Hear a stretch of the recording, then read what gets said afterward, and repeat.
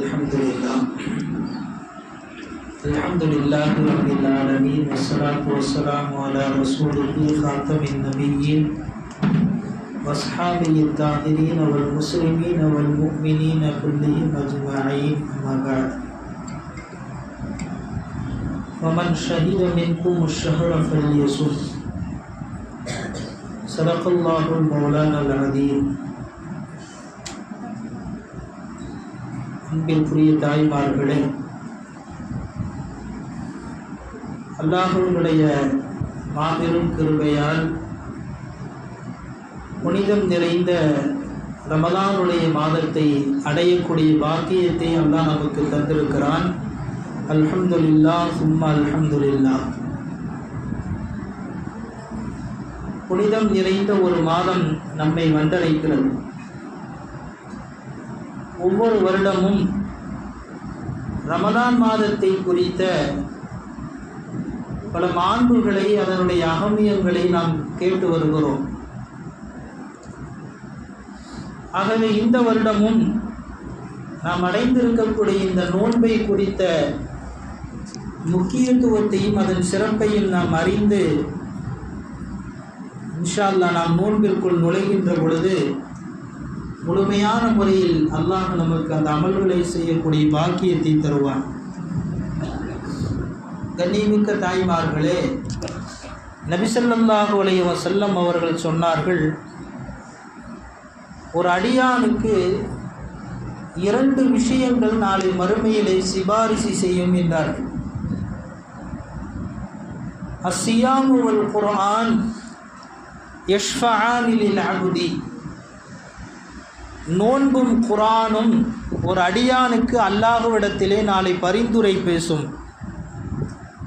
நோன்பு சொல்லுமாம், ரப்பி, என்னுடைய இறைவனே, இந்த மனிதனை நான் உணவை விட்டும் தடுத்து வைத்திருந்தேன், மனோ இச்சைகளை விட்டும் நான் இவனை தடுத்து வைத்திருந்தேன் பகல் நேரங்களில்.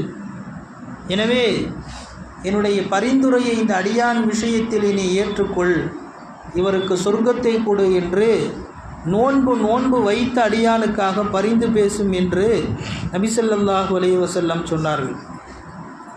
அதே மாதிரி குர்ஆன் நாளை மறுமையிலே பரிந்து பேசுமாம், ரப்பே, நான் இந்த அடியானை இரவு நேரத்திலே தூங்க விடாமல் இவனை தடுத்து வைத்திருந்தேன். இந்த அடியான் இரவு நேரங்களிலே என்னை ஓதி வந்தான். எனவே எனக்காக என்னுடைய பரிந்துரையை இந்த அடியானின் விஷயத்திலே யா அல்லாஹ் நீ ஏற்றுக்கொள், இவருக்கு நீ சொர்க்கத்தை கொடு, நரகத்தை விட்டும் இந்த அடியானை நீ பாதுகாப்பாயாக என்று குர்ஆனும் நோன்பும் நாளை மறுமையிலே ஒரு அடியானுக்காக பரிந்துரை பேசும் என்று நபிகள் நாயகம் ஸல்லல்லாஹு அலைஹி வஸல்லம் அவர்கள் நமக்கு சொன்னார்கள். எனவே நாம் அடைந்திருக்கக்கூடிய இந்த நோன்பு என்பது சாதாரண நோன்பு அல்ல. அல்லாஹ் சுப்ஹானஹு வ தஆலா நோன்பை நமக்கு கொடுத்திருக்கிறான் என்றால் அல்லாஹ் நமக்கு செய்த மிகப்பெரிய அருள். மார்க்க பெரியார்கள் ரமலானை குறித்து சொல்லுகின்ற பொழுது நமக்கு சொல்லுவாங்க, ஒரு முஸ்லீம் ஒவ்வொரு வருடமும் ரமலானை அடைகின்ற பொழுது இந்த நியத் அவன்கிட்ட இருக்கணும். எந்த நியத்? ஒருவேளை இந்த ரமலான் என்னுடைய வாழ்க்கையின் கடைசி ரமலானாக கூட இருக்கலாம் அல்லவா, என்னுடைய இந்த ரமலான், நான் அடைந்திருக்கக்கூடிய இந்த ரமலான் என் வாழ்க்கையின் கடைசி ரமலானாக கூட இருக்கலாம். அடுத்த ரமலானுக்கு அல்லாஹ்வினுடைய நாட்டம் இருந்தால் அல்லாஹ் என்னை அழைத்து கொண்டு கூட சென்று விடலாம். எனவே இந்த ரமலான் என்னுடைய கடைசி ரமலானாக இருக்கலாம் என்ற நியத்திலே ஒரு அடியான் இந்த ரமலானுக்குள் நுழைகின்ற பொழுது அவனுக்கு அமல் செய்யக்கூடிய ஒரு வேகம் வருகிறது என்று நம்முடைய மார்க்கத்தின் பெரியார்கள் சொல்லி காட்டுகிறார்கள். எப்படி ஒருத்தருக்கு பல வாய்ப்பு கொடுக்கப்படுது, பல சந்தர்ப்பங்கள் கொடுக்கப்படுது, அவர் அந்த சந்தர்ப்பத்தை எல்லாம் நழுவ விட்டுட்டார். கடைசியாக சொல்கிறாங்க, இதாப்போ உனக்கு கடைசி வாய்ப்பு, இந்த வாய்ப்பையும் நீ விட்டுட்டேன்னு சொன்னால் உனக்கு அடுத்து எந்த ஒரு வாய்ப்புமே தரப்படாது என்று சொல்லப்பட்டு ஒரு அடியானுக்கு கடைசி வாய்ப்பு இதுதான் அப்படின்னு சொல்லி கொடுத்தா அந்த கடைசி தருணத்தை அந்த மனிதன் எப்படி பயன்படுத்தி கொள்ளுவான்? முன்பு இருந்ததை விட ரொம்ப கவனமாக, ஆர்வமாக, எந்த சிந்தனையும் இல்லாமல் அந்த செயலை மட்டுமே செய்து வெற்றி பெற வேண்டும் என்ற ஒரு நிலைமையில் எப்படி அந்த மனிதன் மாறுவானோ அதுபோலதான் ஒவ்வொரு முஃமினும் ரமலானை சந்திக்கின்ற பொழுது இது என்னுடைய கடைசி வாய்ப்பாக இருக்கலாம், அல்லாஹ் என்னுடைய பாவங்களை மன்னிப்பதற்கு அவன் கொடுத்த கடைசி வாய்ப்பாக இந்த ரமலானுடைய மாதம் இருக்கலாம் என்ற எண்ணத்திலே ரமலானை நாம் ஒவ்வொருவரும் அணுகுகின்ற பொழுது பெரியார்கள் சொல்லி காட்டுகிறார்கள், இதன் பரக்கத்தால் அல்லாஹ் அடுத்தடுத்த நிறைய ரமலான்களை அடையக்கூடிய வாய்ப்பை தருவான் என்று மார்க்கத்தின் பெரியார்கள் சொல்லி காட்டுகிறார்கள். அன்பு தாய்மார்களே, நபி ஸல்லல்லாஹு அலைஹி வஸல்லம் சொன்னாங்க, மன் சாம ரமலான ஈமான வ இஹ்திசாபன், யார் இந்த ரமலானுடைய மாதத்திலே அல்லாஹ்வின் மீது முழுக்க நம்பிக்கை வைத்து அல்லாஹ் எனக்கு நன்மையை தருவான், என் பாவங்களை மன்னிப்பான் என்று இறைவனின் மீது முழுக்க நம்பிக்கை வைத்து யார் இந்த ரமலானுடைய மாதத்தில் நோன்பு வைப்பாரோ நபி ஸல்லல்லாஹு அலைஹி வஸல்லம் சொன்னாங்க, உஃபிரலஹு மா தகத்தம மின் தம்பி, அவர் முன்னால் செய்த எல்லா பாவங்களையும் அல்லாஹ் மன்னிச்சிடுறான். ஒரு ஹதீஸிலே வருகிறது, ஒரு ரமலான் இன்னொரு ரமலானுக்கு மத்தியில் நடைபெறக்கூடிய பாவங்களுக்கு குற்ற பரிகாரமாக இருக்குது என்று நபி ஸல்லல்லாஹு அலைஹி வஸல்லம் சொன்னாங்க. உதாரணமாக 2025 ஹிஜ்ரி 1446 அல்லாஹ் நமக்கு இந்த ரமலானை அடையக்கூடிய பாக்கியத்தை தந்திருக்கான்.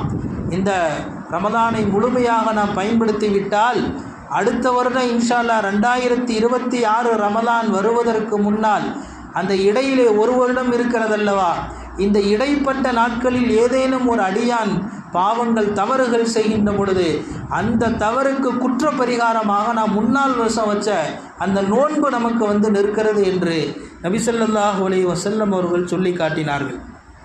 அந்த நோன்பினுடைய கூலியை அல்லாஹ் ஒவ்வொன்றுக்கும் கூலி கொடுக்குறான். ஆனால் என்ன கூலி கொடுப்பேன் என்பதை அல்லாஹ் சொல்லிடுறான். ஒருவர் தொழுகிறார் என்றால் தனியாக தொழுதால் இவ்வளவு நன்மை, அவர் ஜமாத்தோடு தொழுதால் இவ்வளவு நன்மை. நபி ஸல்லல்லாஹு அலைஹி வஸல்லம் நன்மையை சொல்கிறாங்க. ஒருவர் தர்மம் கொடுத்தால் 1க்கு 10ஆக அல்லாஹ் கொடுக்குறான், 100ஆக கொடுக்குறான். மஞ்சாபில் ஹசனதி ஃபலவ் அஷுர் அம்சாலிகா, ஒருவர் ஒரு நன்மையான காரியத்தை செஞ்சால் அவருக்கு நான் 10 நன்மையை தர்றேன். இப்படி ஒவ்வொரு இபாதத்துக்கும் அல்லாஹ் நன்மையை சொல்கிறான். நபி ஸல்லல்லாஹு அலைஹி வஸல்லம் நன்மையை சொல்கிறாங்க. யார் ஏற்றுக்கொள்ளப்பட்ட ஹஜ்ஜு செய்கிறாரோ அவர் அன்று பிறந்த பாலகனை போல பாவம் இல்லாமல் திரும்பி ஊருக்கு வருகிறார். நபி ஸல்லல்லாஹு அலைஹி வஸல்லம் ஹஜ்ஜுக்கு கொடுத்த நன்மை. ஹஜ்ஜை மப்ரூர், ஏற்றுக்கொள்ளப்பட்ட ஹஜ்ஜுக்கு சொர்க்கத்தை தவிர வேறு எந்த கூலியும் இல்லை. நபி ஸல்லல்லாஹு அலைஹி வஸல்லம் சொர்க்கத்தை அல்லாஹ் கொடுக்குறான்னு சொன்னான். அப்போ ஷரியத்திலே ஒவ்வொரு இபாதத்துக்கும் அல்லாஹ் நன்மையை சொல்லிவிட்டான். ஆனால் நோன்பிற்கு மட்டும் அல்லாஹ் கூலியை சொல்லவில்லை. அல்லாஹ் என்ன சொல்கிறான் தெரியுமா? அல்லாஹ் சொல்வதாக ஹதீஸை குதுசியை நபி ஸல்லல்லாஹு அலைஹி வஸல்லம் சொல்லி தர்றாங்க. குல்லு அமலி இப்னி ஆதம் லஹு, ஆதமுடைய மகனுக்கு மனிதனுக்கு அவன் செஞ்ச எல்லா அமலுக்கும் கூலி இருக்குது, ஆனால் இல்லை சியாம், நோன்பை தவிர என்றான் அல்லாஹ். ஏன் நோன்புக்கு என்ன கூலி? அல்லாஹ் சொல்கிறான், வான அஜிசி பிஹி, நோன்புக்கு நான் கூலி தருகிறேன் என்கிறேன் அல்லாஹ். நான் கூலி தருகிறேன் என்கிறான் அல்லாஹ். அல்லாஹ் என்ன கூலி தருவான்? இந்த உலகத்திலே அவரவர் அவருடைய தகுதிக்கு ஏற்ற மாதிரி வழங்குவாங்க. ஒருவர் 1000 ரூபாய்க்கு மதிப்புடையவராக இருந்தால் அவர் 1000 ரூபா கொடுப்பார். ஒருவர் லட்சத்திற்கு மதிப்புடையவராக இருந்தால் அவர் 1,00,000 ரூபாய் கொடுப்பார். ஒருத்தர் கோடிக்கு மதிப்புடையவராக இருந்தால் அவர் கோடி ரூபாய் கொடுப்பார். அல்லாஹ்வினுடைய மதிப்பு என்ன நாம் கணக்கிட முடியுமா? அல்லாஹ்வினுடைய அந்தஸ்து என்ன? அல்லாஹ் எல்லாவற்றையும் விட உயர்ந்தவனாக இருக்கிறான்.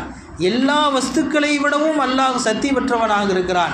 அந்த அல்லாஹ் சொல்கிறான், நான் உனக்கு கூலி வழங்குகிறேன். அல்லாஹ் கூலி வழங்குகிறான் என்றால் அவனுடைய அந்தஸ்துக்கு ஏற்றமாறு அல்லாஹ் கூலி வழங்குவான். அப்போ அந்த கூலியை நாம் எண்ணி பார்க்க முடியாது.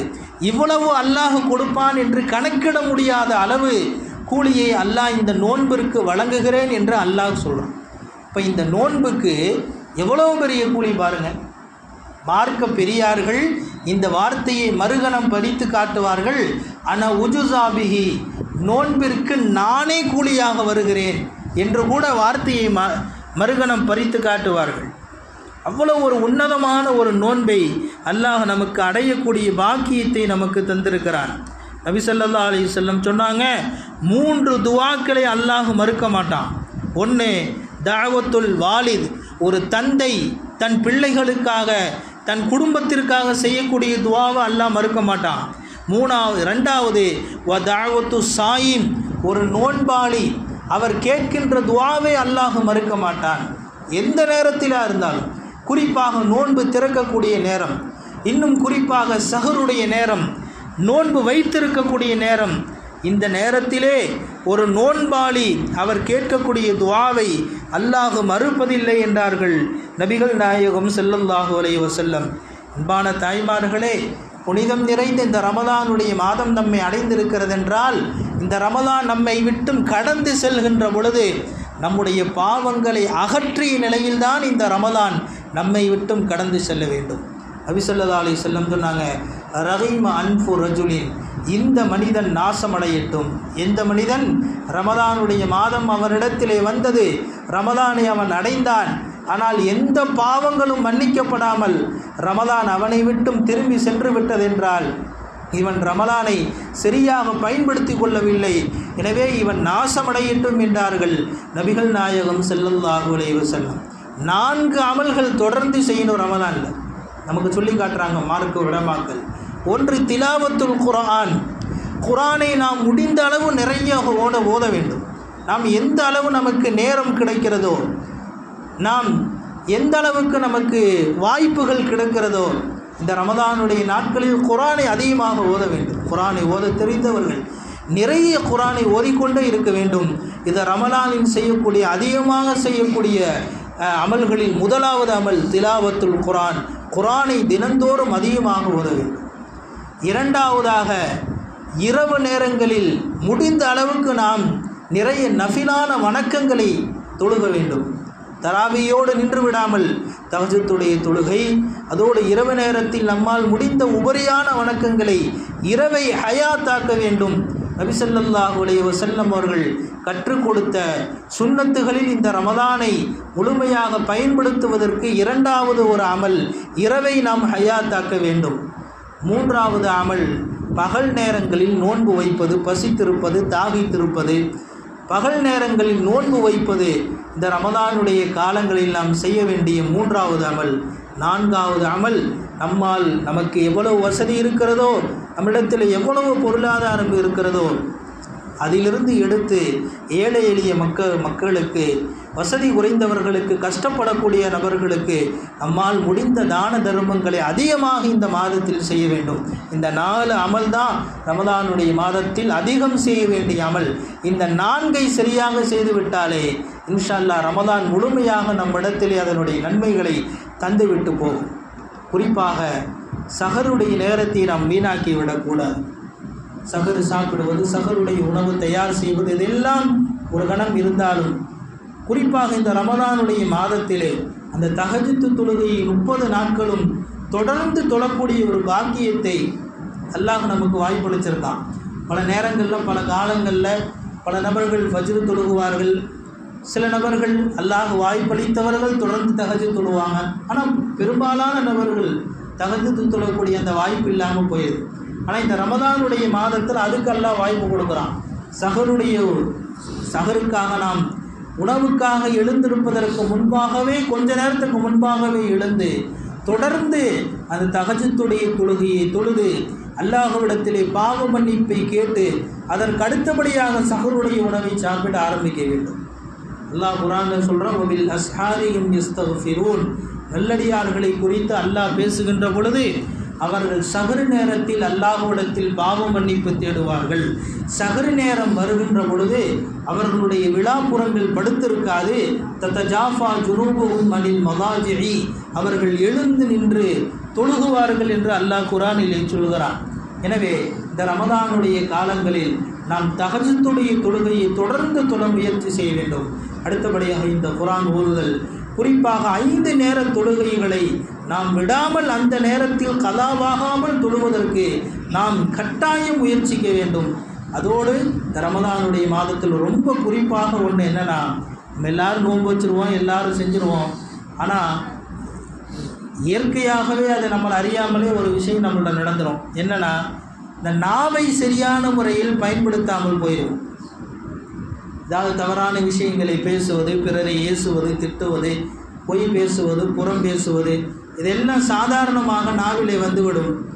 நபி ஸல்லல்லாஹு அலைஹி வஸல்லம் சொல்கிறாங்க, ஒருத்தர் பசியோடு இருக்கிறார், தாகத்தோடு இருக்கிறார், நோன்பாளி, ஆனால் அவர் நாவை கட்டுப்படுத்தவில்லை என்றால் ஃபலைஸ லில்லாஹி ஹாஜத்துன், அவர் வைக்கக்கூடிய நோம்பிலே அல்லாஹ்வுக்கு எந்த தேவையும் இல்லை என்கிறார்கள் நபி ஸல்லல்லாஹு அலைஹி வஸல்லம். நோன்பு வச்சிருக்காரு, சாப்பிடல, தாகமாக இருக்கிறார், எல்லாம் செஞ்சிருக்காரு, ஆனால் நாவை கட்டுப்படுத்தலைன்னு சொன்னால் அவர் நோன்பு வைக்கிறதுல எந்த பிரயோஜனமும் இல்லை. அவர் யாருக்காக நோன்பு வைக்கிறார் என்று நபி ஸல்லல்லாஹு அலைஹி வஸல்லம் அவர்கள் கேட்பார்கள். எனவே இந்த நோம்பில் நம்ம முக்கியமாக நம்ம பின்பற்ற வேண்டிய ஒரு அமல்களில் நம்முடைய நாவை கட்டுப்படுத்த வேண்டும். தேவையில்லாத விதண்டாவாதங்கள், சண்டை சச்சரவுகள், அருவருக்கத்தக்க வார்த்தைகள், அடுத்தவர்களை பற்றிய கேலி கிண்டல்கள், புறம் பேசுதல்கள், இது போன்ற எந்த செயலும் இந்த ரமலான் மாதத்தில் குறிப்பாக நாவிலிருந்து வந்துவிடக்கூடாது. அப்படி வந்தால் அந்த செயல்கள் நம்முடைய நோன்பை கூட பாழாக்கிவிடும் என்பதிலே எந்த சந்தேகமும் இல்லை. அருமை தாய்மார்களே, அருமைக்குரிய புனிதம் நிறைந்த இந்த ரமலானுடைய மாதம் வந்தடைந்திருக்கிறது. அல்லாஹ்வுடைய கிருபையால் அல்லாஹ் நமக்கு அந்த பாக்கியத்தை தந்திருக்கிறான்.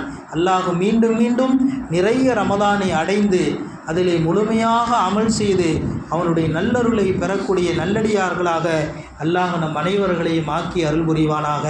தொடர்ந்து பல நல்ல தகவல்களை இன்ஷா அல்லாஹ் கேட்கலாம். இந்த 30 நாட்களும் நல்ல முறையில் நோன்பு வைக்கக்கூடிய உடல் ஆரோக்கியத்தை அல்லாஹ் நமக்கு தந்தருள்வானாக. யார் யாரெல்லாம் நம்மிலே நோயாளிகளாக இருக்கிறார்களோ, நோன்பு வைக்க முடியாத சூழ்நிலையில் இருக்கிறார்களோ, அவர்களுக்கு யா அல்லாஹ் நீ முழுமையான நிவாரணத்தை தருவாயாக. அவர்களுக்கு ஷிஃபாவை தந்தருள்வாயாக, உடல் ஆரோக்கியத்தை தந்தருள்வாயாக.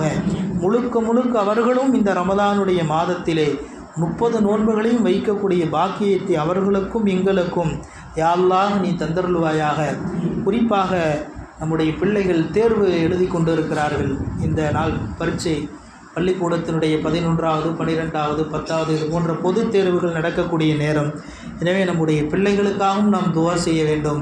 யா அல்லாஹ் அந்த பிள்ளைகளினுடைய கல்வியில் யா அல்லாஹ் நீ பரக்கத்தை தருவாயாக. அவர்களுக்கு நல்ல ஒழுக்கமுள்ள பிள்ளைகளாக எங்களுடைய பிள்ளைகளை யா அல்லாஹ் நீ ஆக்கி அருள் புரிவாயாக. அவர்களுடைய கற்ற கல்வியின்படி நல்ல வேலை வாய்ப்புகளும் நல்ல அந்தஸ்துகளும் அவர்களுக்கு கிடைப்பதற்கு யா அல்லாஹ் நீ கிருபை செய்வாயாக. வாஹிர் தாவானா அல்ஹம்துலில்லாஹி ரப்பில் ஆலமீன். அஸ்ஸலாமு அலைக்கும் வரஹ்மத்துல்லாஹி வபரகாத்துஹு.